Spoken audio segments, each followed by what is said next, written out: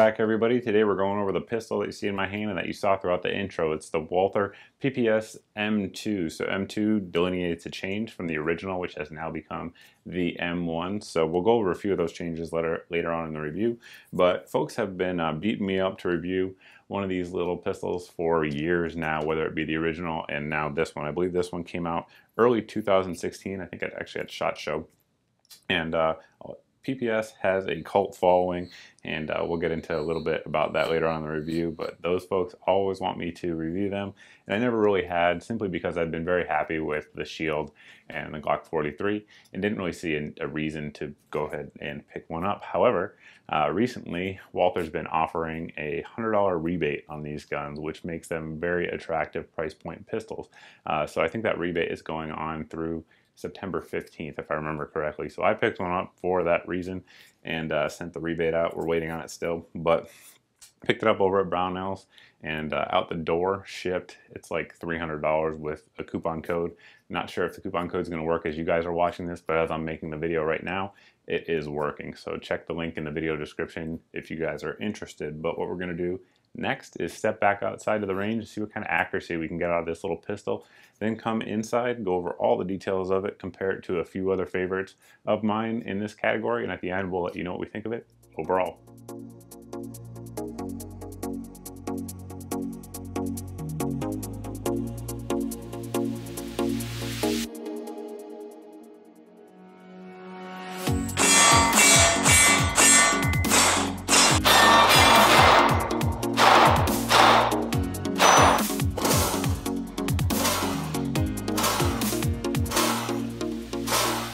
We're going to see how well this little pistol shoots. So normally I test pistols at 25 yards, but since it's a compact little guy like this, we're going to test it at 15 yards, just letting you guys know what you're seeing. So target down range at 15 yards. In the gun right now, we have some 115 grain minute munitions, and then we'll put some sort of duty loads through it here. The rest is CTK Precision Rest, and I did install some True Glow TFX sights on there, which I really like. I like them kind of across the board. I definitely like them on this gun as well. So we will see how they do, at least for precision anyway. It's so hot out here. It's well into the triple digits and very, very high humidity. The brass that's just sitting here, even though it's not recently fired, still burns you just because it's so hot from the sun.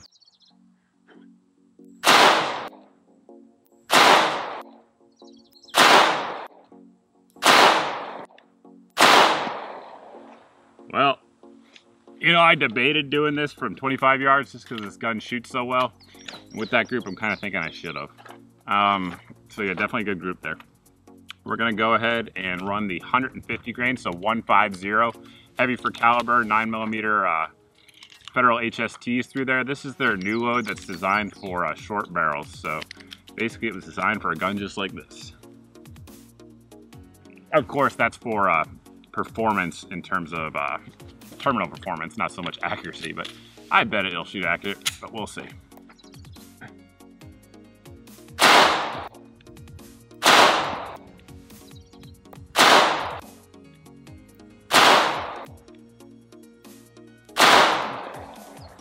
Looks pretty accurate from here.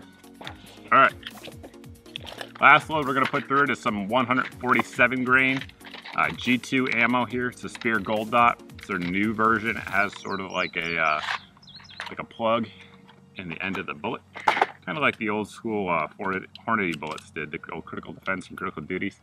Same kind of theory, at least from what I can see anyway. So we'll see how that does in this little girl here. But those first two groups are pretty darn good for a compact gun. Yeah, they're good. I mean, those would be good groups for a duty gun.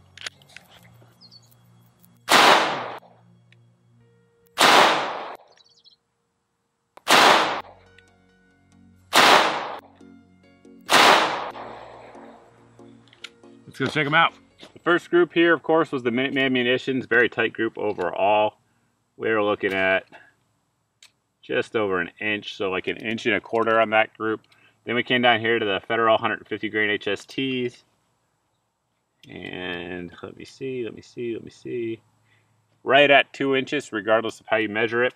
Then over here to the Gold Dots.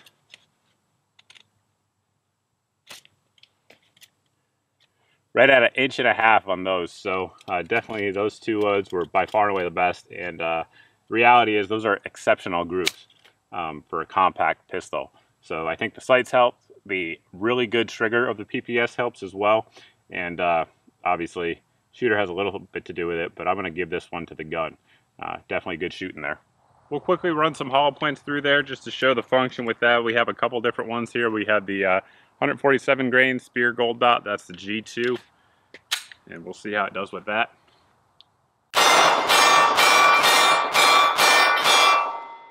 Seems to cycle them just fine. And next up we have some Federal HST. This is the 150 grain 150. It's designed specifically for the short barreled guns like our little PPS here. See how that does.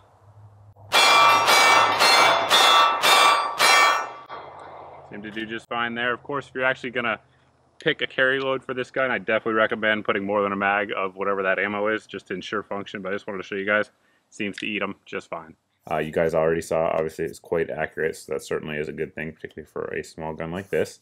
The magazine release is right here on the left side of the pistol as it comes from the factory. However, it is reversible. That is one of the changes from the original PPS. So that one had the European style mag release. I tend to actually prefer that, but I know most people prefer your traditional thumb release. And as you guys saw there, the mags shoot out of there with authority, so that is a good thing. Now the gun comes in a couple different configurations. One of them is with a 6-round mag and then a 7-round mag, and then the LE configuration I believe has night sights, and it also comes with a 6, 7, and 8-round magazine, so you get 3 mags with that and night sights. But the base configuration is what we're going with here.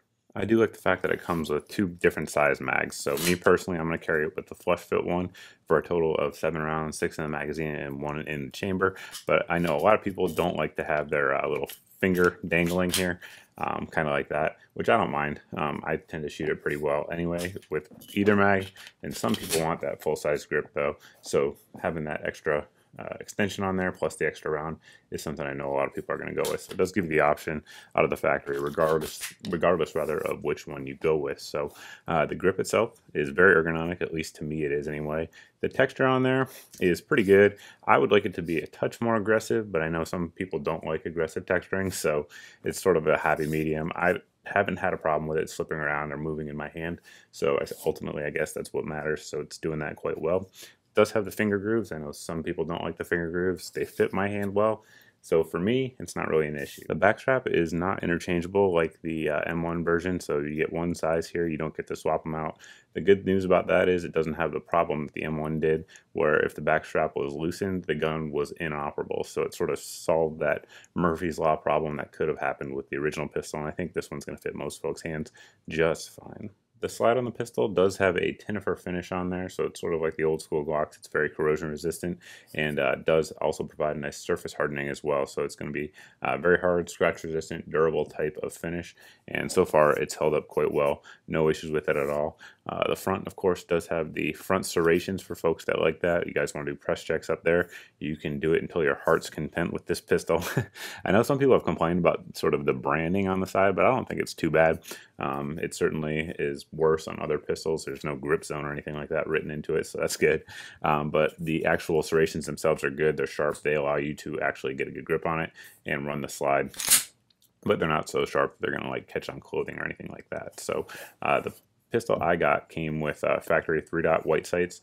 They were usable, not a huge problem, but I did switch over to the TrueGlow TFX sights here. I reviewed these sights in the past, but quick and dirty on them is their tritium and fiber optics. So during the day, rather, the fiber optic is actually illuminating the sights and kind of making them stand out and pop because the light goes through and really does draw your eye in. Then at night they have tritium in there, so you're still going to be able to acquire a sight picture at night, and with the white outline there up front, it just draws your eye straight into that front sight in any sort of lighting condition, unless it's of course pitch black, but even then you still have the 3 dots to line up. So I do like these TrueGlow sights. You can do one-handed manipulations with them just fine, and overall very, very good sights and very easy to use, good sight picture. Before getting into the trigger, I just want to go over the striker mechanism that's here on the back. As it is right now, you can see that little striker indicator pointing out. That is telling you that the pistol is cocked and ready to fire. So at that point, you're just going to pull the trigger, point in a safe direction, of course.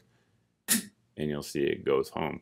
Now as the slide cycles, it will of course reappear like that, and then when the trigger's pulled to the rear, it does stick out a little bit, and when you let it go, it goes down into the flat position. So there is a visual and tactile indicator that the pistol is cocked. So the trigger itself, let's talk about it. It's very good. It's excellent, actually. From the factory, it breaks right at 6 pounds on my scale. I think they quoted as a 5.5 pound trigger on the Walther website. Either way, the weight really isn't the issue. It's the fact that it's just a great feeling trigger overall. So we do have the trigger safety, of course, on there. When you come back, you have a little bit of resistance, but once you hit your wall, it's super crisp. For those that tried the original PPS trigger, to me it feels pretty much the same, and the reset's very positive and audible, as you guys could hear there, and just really, really crisp. That's kind of the key there. I'm a huge fan of it. It's not quite as light as like the PPQ, but in terms of crispness, it's right there with it. Before we get into disassembly, another thing I wanted to point out is that a feature that Walther advertises with this pistol is that it has an extended slide lock. So that's a good thing, and the fact that it allows you to easily lock the pistol to the rear, like we're going to do for a takedown. The bad news is, for folks like me who shoot with a thumbs forward type of grip, at least with my hand size, I tend to engage it a lot, and it doesn't allow the slide to lock back on the last round. So pros and cons to it. I don't really think it's a huge deal. It's not something that's going to dissuade me from carrying the pistol, but I just wanted to point that out for some of you guys that have that issue, say with like SIG pistols or something like that. You may have it with this Walther as well. So moving on with takedown, we're going to, of course, inspect the pistol, make sure it is empty. And at this point, we're going to let the slide go home. And now we're going to point in safe direction and pull the trigger. At this point, we're going to pull back a little bit on the slide, pull down on these tabs right here on the side, release, and your slide will come off. It's very similar to a Glock, some of the Smith & Wessons, some XDs, most of the modern striker-fired pistols out there. So that is how you disassemble the pistol itself. You guys can see there it does have a generous feed ramp there for the bullets to go, of course, into the chamber. I have not had a single malfunction at all with this pistol, so in that regard, you just can't do any better. It's done excellent. You guys saw the accuracy was very good as well. And one thing I guess to bring up is that early pistols had a reputation for peening, and what I mean by that is this little portion right here on the trigger would go home and sort of where the metal surfaces around the barrel, and even sometimes here in the slide. Now this pistol, as you guys can see, has none of that at all, so I'm not sure if they fixed it on the later models or if it was just a few rogue ones that got out early, but Walther, from everything I've read, fixed the ones that did have an issue. So that's the disassembly of it. You can see everything inside looks clean, as you'd expect from a Walther. No machine marks or anything like that. It's a little bit dirty, but in terms of the machining, it's very clean, I should say. So we do have a pretty modern striker fire design. You can see the striker here, striker safety, and in light of recent news, it is drop safe. So reassembling is the same, just in reverse order. You can see there we do have the sort of Gen 4-esque type of dual spring system on the PPS. It makes recoil very good, and you combine that system with the relatively low bore access of the pistol, and it really is just a sweet little shooter. As you're watching this, I can hear you typing down below, well, how does it compare to the G43 and the Shield? So let's get into a quick size comparison anyway on that. Of course, we have our Walther, Glock 43, and the Shield. Just from looking at them, the G43 appears to be the smallest and has sort of the smallest footprint. Now, when you stack them up together, you see that kind of is true. It's a touch shorter if you line the slides up there. And it's a very narrow pistol, as is the PPS. The controls on the PPS, though, particularly this extended slide lock, make it a little bit wider, though, overall, compared to the 43. Now, compared to the Shield, pretty similar in terms of size, just taking a look at it.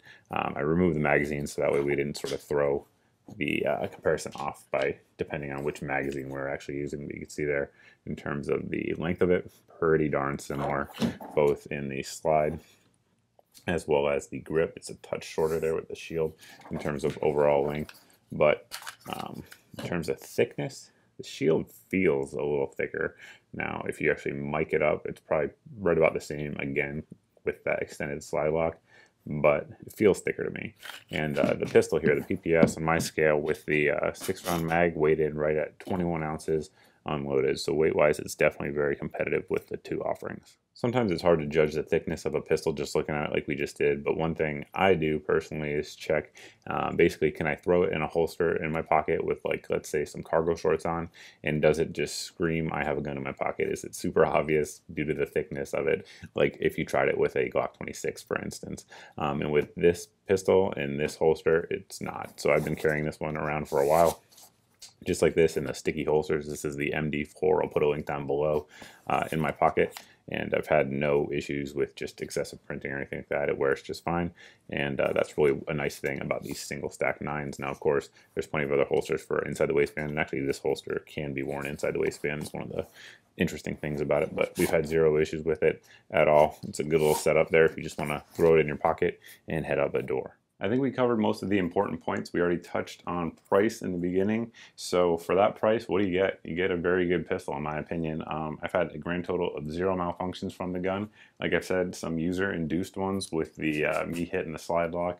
If I could do anything to change this gun, that would be my #1 thing, but I know for a lot of you guys out there, it's not even a thing at all, particularly you lefties or folks that don't shoot with the high thumbs like that. But for me, it did engage a good bit. But other than that, have had 0 issues with the gun at all. Any kind of load we put through it, it's ran it just fine.